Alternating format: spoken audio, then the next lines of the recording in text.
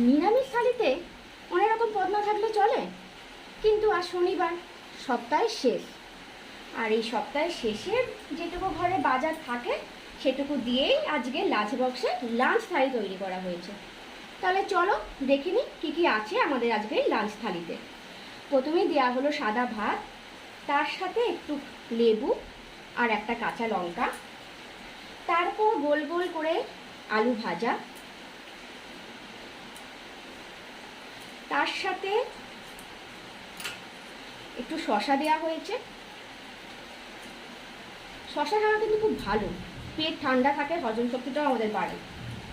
তারপর কাঁকরোল ভাজা, এরপর লম্বা লম্বা করে কাঁকরোল ভাজা খেতে বেশ ভাল লাগে আমার, তাই আমি বাড়িতে সবসময় এইভাবেই কাঁকরোল ভাজি। তারপর দেওয়া হয়েছে গোল গোল করে ছোট ছোট করে একটু বেগুন ভাজা,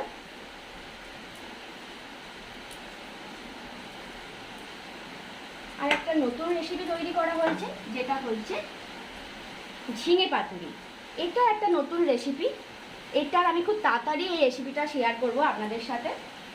তার সাথে হচ্ছে বিউলির ডাল।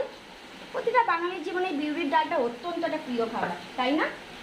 আর তার সাথে কচু, আলু, বেগুন দিয়ে একটা খুব সুন্দর একদম নিরামিষ তরকারি।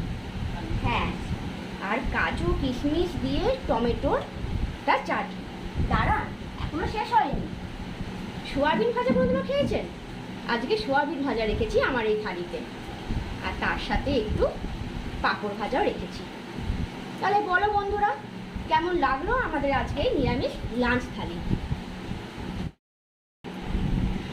আর লাস্টে দেওয়া হচ্ছে আমাদের এক গ্লাস জল। তাহলে ভালো লাগলো তো আজকের এই রেসিপি?